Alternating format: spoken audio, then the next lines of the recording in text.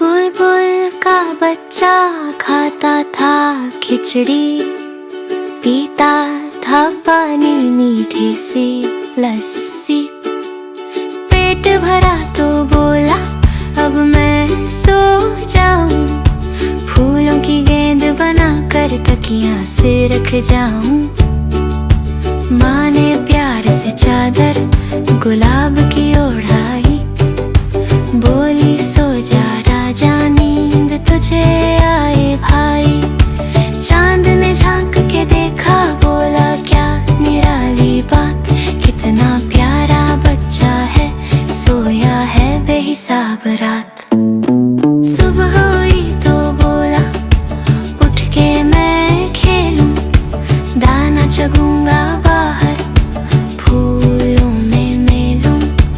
दोस्त परिंदे आए साथ में, बुलबुल का बच्चा खाता था खिचड़ी, पीता था पानी मीठी सी लस्सी।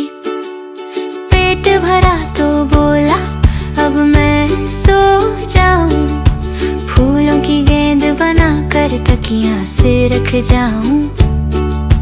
माँ ने प्यार से चादर गुलाब की ओढ़ाई, बोली सो जा राजा नींद तुझे आए भाई। चांद ने झांक के देखा, बोला क्या निराली बात, कितना प्यारा बच्चा है, सोया है बेहिसाब रात।